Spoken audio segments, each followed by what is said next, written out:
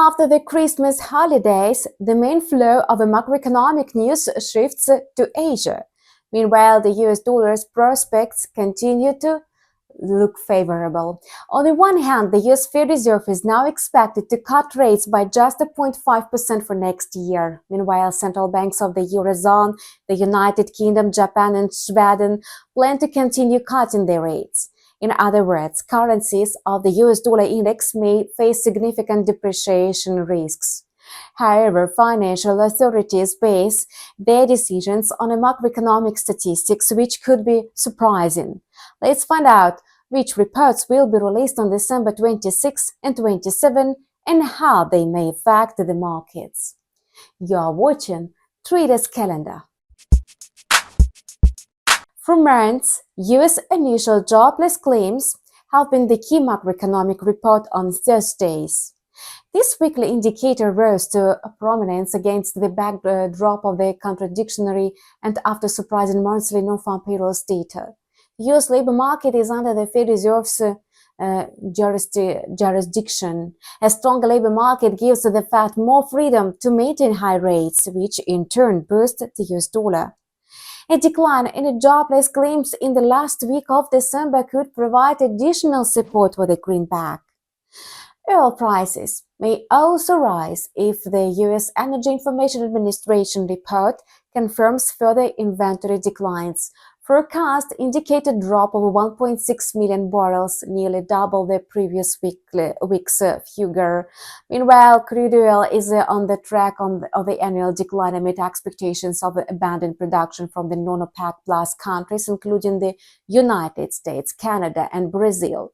Uncertainty surrounding China's economy exerts further downside risks. Notably, China is the world's largest oil importer. As mentioned, Asia will be the main source of macroeconomic news this day.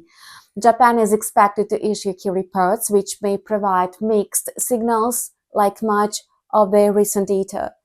Consumer prices may climb to 2.8% in December after the Bank of Japan capped its benchmark rate at 0.25% last week. Rising inflation could signal a hawkish shift, thus pushing up the yen.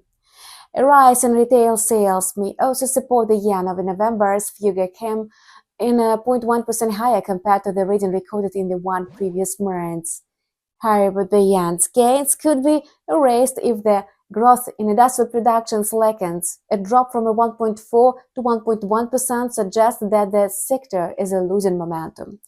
Given the gradual nature of industrial growth, such as a slowdown could have a long-term negative effect on the yen.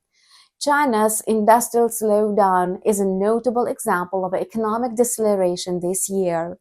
Although Beijing has taken numerous stimulus measures, the overall situation remains almost the same. The Industrial Profits Report, slated for release on December 27, is expected to confirm this fact. Analysts foresee a deeper decline to -5%, and this could weaken the yuan and weigh on the oil prices. The housing sector is another key economic indicator. Unlike in China, the U.S. housing market continues to expand and serves as a measure of inflation. A decline in housing prices from 4.6% to 4.4% could signal easing inflation, exerting downward pressure on the dollar. Key reports on retail sales and GDP will be released in Russia after markets close. Retail sales may increase by 5% year-on-year in November, which could be considered a positive signal for the ruble. However, GDP growth for the same period may slow down to 2.9% from 3.2%, and this negative data could weaken the ruble by week's end. Please note that the time of publications is set in a GMT +3.